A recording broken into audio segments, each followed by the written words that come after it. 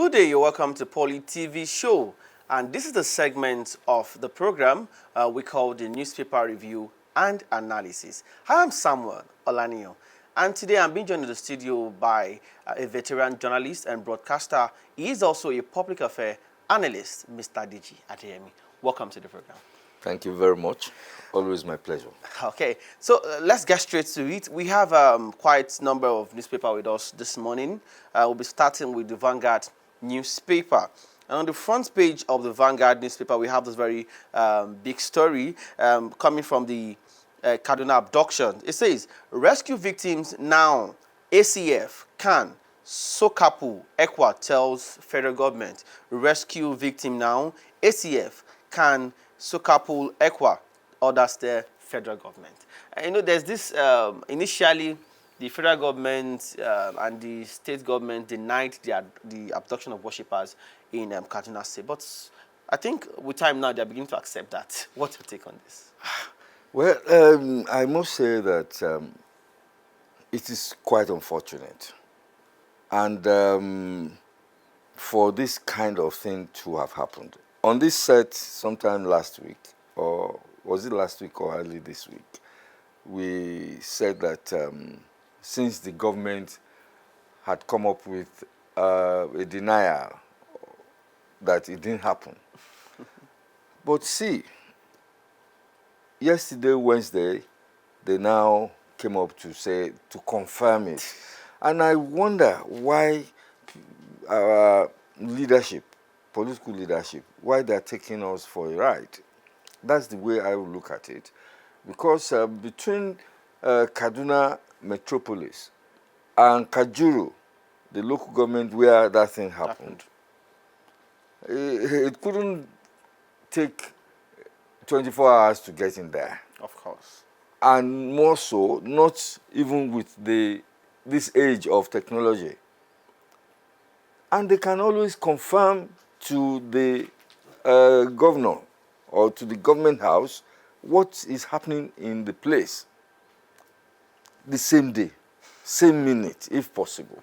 And now, 4 days after, we are hearing that, yes, it actually happened. I mean, it's so nauseating. But I don't know. In the days of Aminu Kano once carried a placard protesting against himself. I think the governor could also give himself a query. And of course, go right ahead and probe this. Probe the local government chairman, even the local government, maybe the DPO or whatever that is there, or area commander. Because how could that kind of thing happen? How many people now? Maybe something like over 150. people. Yeah, I think about 150 or so. And disappeared on Sunday. And we were just being, that was just being confirmed yesterday. I think it's quite stomach churning. And I believe that we can do better. Governance is not particularly, is not even what I'll call, it's not rocket science. We know what ought to be. Just do it. And then, of course, we can move ahead. Okay. Let's hope government will do the needful regarding that abduction. Still on the Vanguard newspaper, federal government to scrap HND dichotomy, empower polytechnics to award degrees. I think this is quite an interesting story, looking at the fact that the Federal Poly Ilaro is on the verge of being a full-fledged university. Do you think polytechnic are not deviating from their initial missions, why they were created, to be a manpower for skills and vocation? Having them to award degrees now. I can't understand how we, you see, we take one step forward and take 3 steps backwards. And this policy shift has always been there anyway. They have always been talking about the dichotomy, the And of course, it has even set into the minds of the populace. Oh, he's from UI, he's from this From place. Mapoli. And of course, but we should, even for our development, we should be looking at building a manpower that will be skill-driven, such that we can do great things, especially in this era of technology, Of course. green energy, food, AI. AI, and all the rest of it. So, and these are particularly done in polytechnics or institutes. So what I'm getting at is that the government really needs to just put an end to this up here today, gone tomorrow. That we need a very sustainable educational policy. I was going to ask you concerning what you just said. I think the emphasis seems to be on the certificate now, not on the process of acquiring knowledge now, because you observe that having gone through 2 years for national diploma, a year for IT, and then 2 years for HND at some, probably some courses, even 3 years.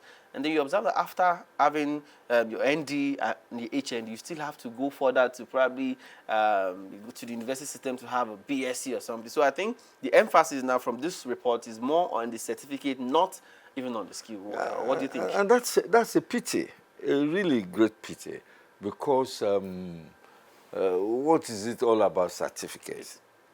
Left to me, it's just a sheet of paper. But what can you do with your hands? And that's what government itself should really focus.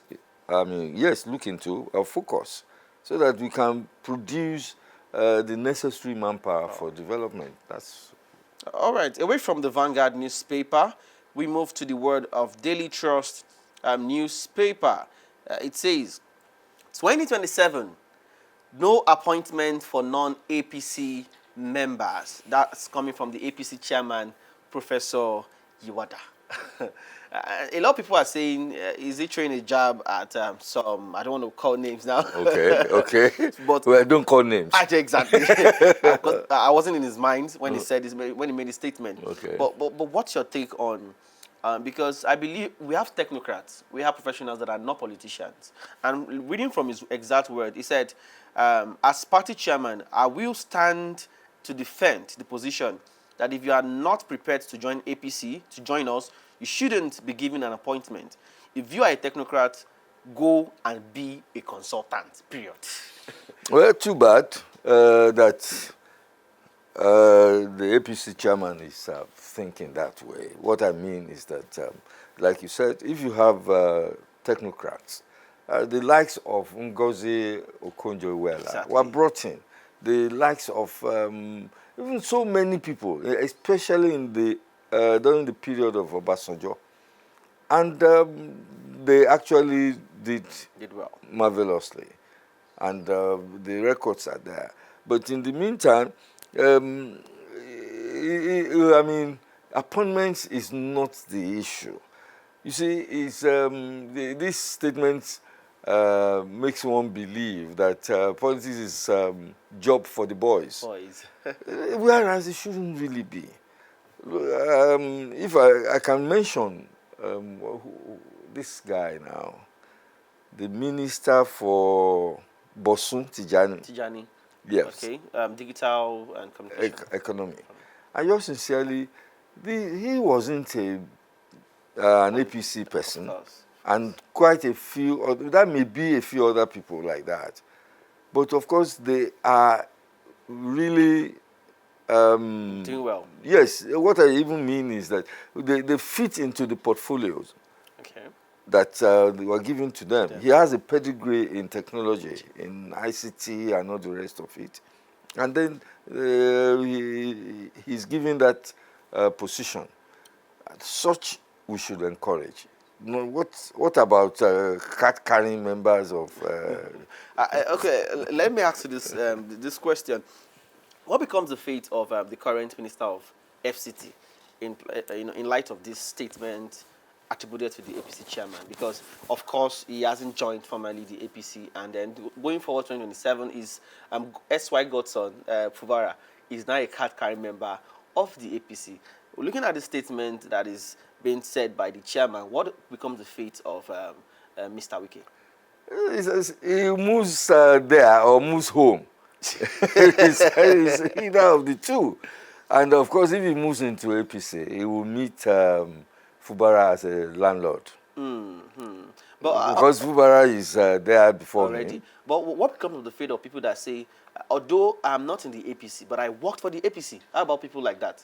It's all right if your services are needed, Okay. and you can Work for them without being a member. I think it is just okay. We don't have to all be card-carrying members of political parties.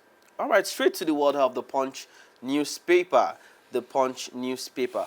Counter-terrorism campaign.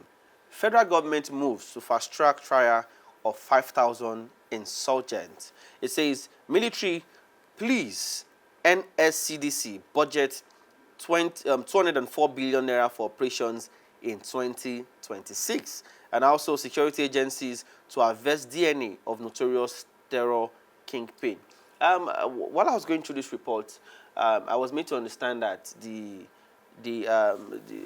terms of the judiciary process of trying terrorists, suspects in Nigeria has grew significantly to about 80-something%, unlike when it was in 2018 around 48%. Do you think this is something we should be happy about? Sam, let me say that we are in it for a long haul, and the government should really realize that it is not a short journey. The fact remains that the federal government and the state government, the subnationals, they just need to work together. Federal government is fast-tracking prosecution of about 5,000 terrorists or suspected terrorists, whereby Katsina State is releasing some already making peace deals. Yeah, making peace deals. So what's the problem? Contradictory. Contradiction, yes. So we just need to work on this. Yes, be on the same page so that we can achieve a unified solution. Okay, thank you for that. Still on the Punch newspaper, Royal Rumble. Inside Power struggle rocking Oyo Oba's Council. I think we took something like this earlier this week when Governor Seyi Makinde announced that the new chairman of the Oyo State Council of Oba is the Olubadan of Ibadan. That's Oba Rashid Ladoja. Yeah. And a lot of people are saying, why must it start from the most recent king among the three of them? You have the Shon of Odumosho, you have the Alafin of Oyo, and then you have the Olubadan. And a lot of people are saying, okay, you want to start the rotation. Why are you starting with the most recent of them all? What is your take on this? Well, what's about being most recent? They are all monarchs, and I think whatever the situation is, they should just let peace reign. Let the Yoruba people feel the veneration that we give to our traditional leadership should really, the leadership itself should not make it collapse. Well, what about it? If it starts, it will, no tenure has a beginning without an end. Of course. And of course, when it comes to a time that it will end, it will roll on to another place. So I don't see this as anything serious. Yes. Okay, finally on the Punch newspaper, DNA test cleared Davido in paternity dispute, according to his father, and that's Dr. Deji Adeleke. Well, a lot of people are saying because this is somebody that doesn't talk most often.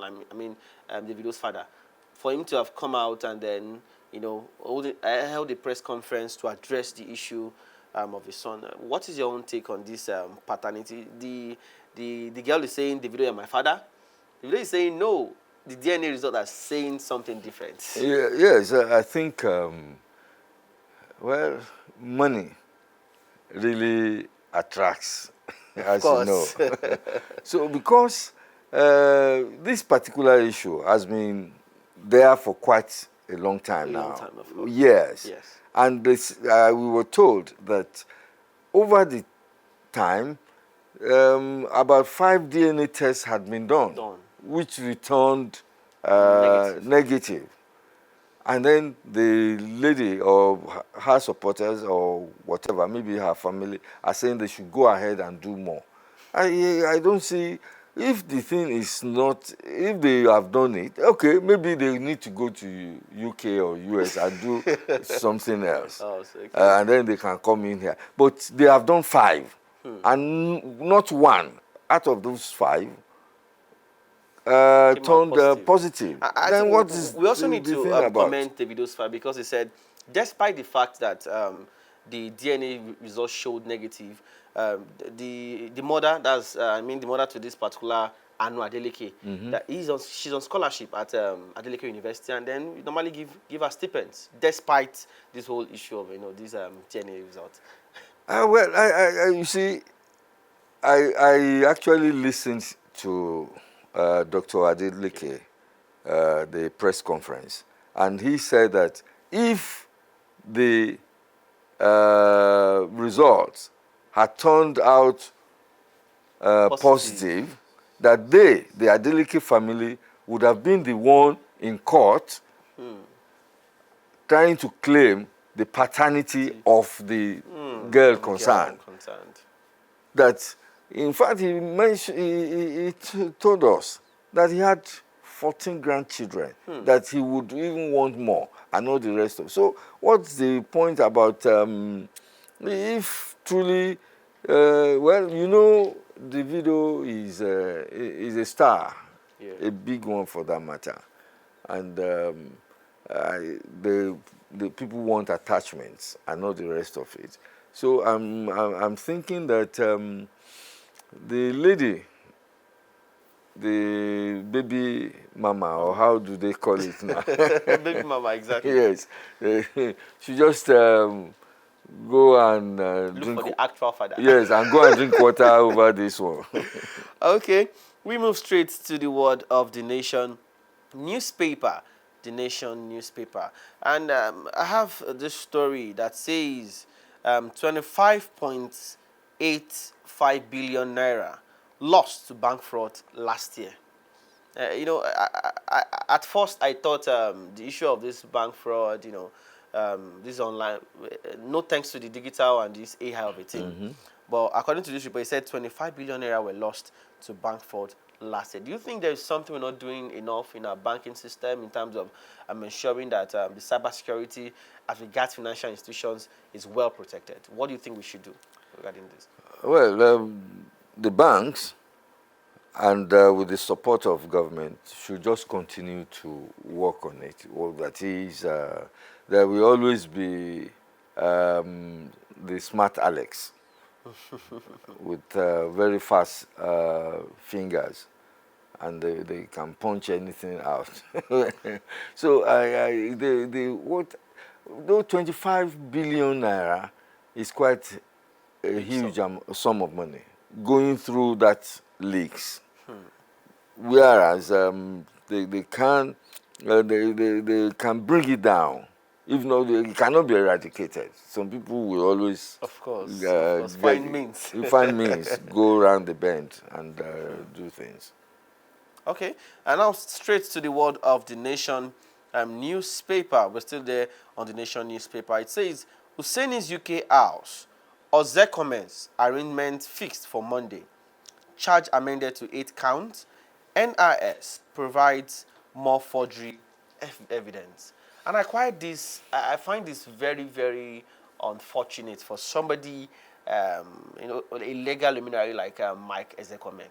He's a son, and finding himself in such a case like this, do you think? I really do not want to believe this.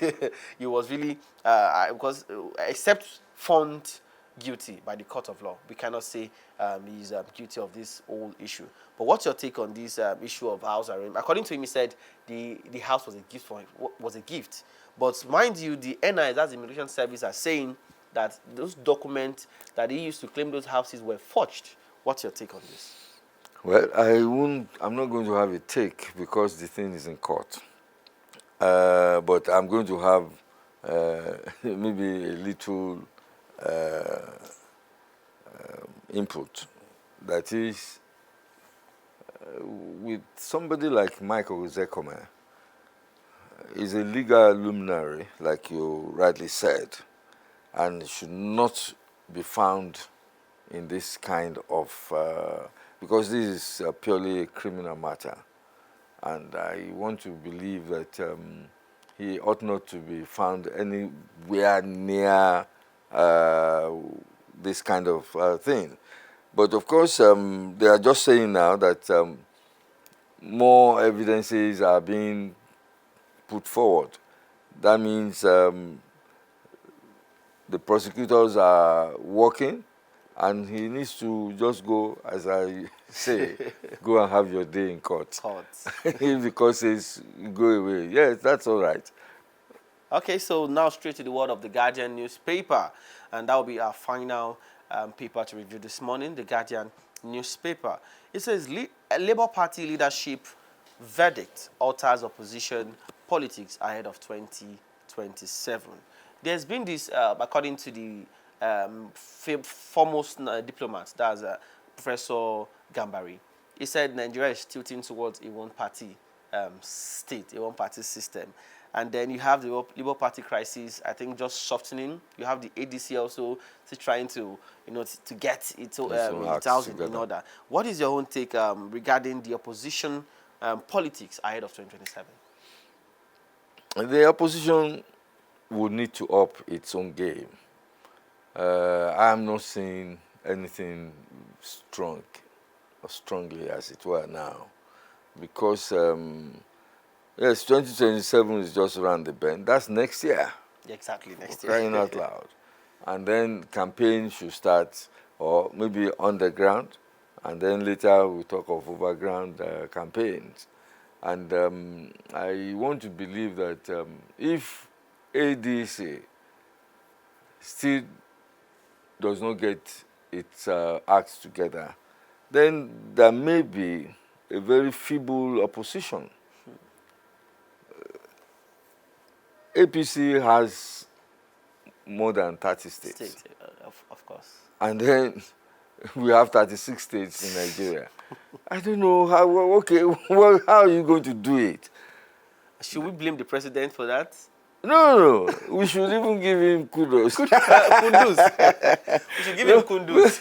Okay, they now say kunduz. Kunduz, exactly. Now, because this is very, they have gone into strategic drive, I may say. Look, e-registration is going on in APC now. And even the chairman said that they are planning to register 10 million Nigerians as members of APC. So what remains? I must thank you for coming on the program today, Mr. Dijade. Thank you for your time and for the insight on the analysis. Thank you so much. Okay. And I'll be all on newspaper review and analysis. I am Samuel Olanio. Thanks for joining us. See you some other time. Bye for now.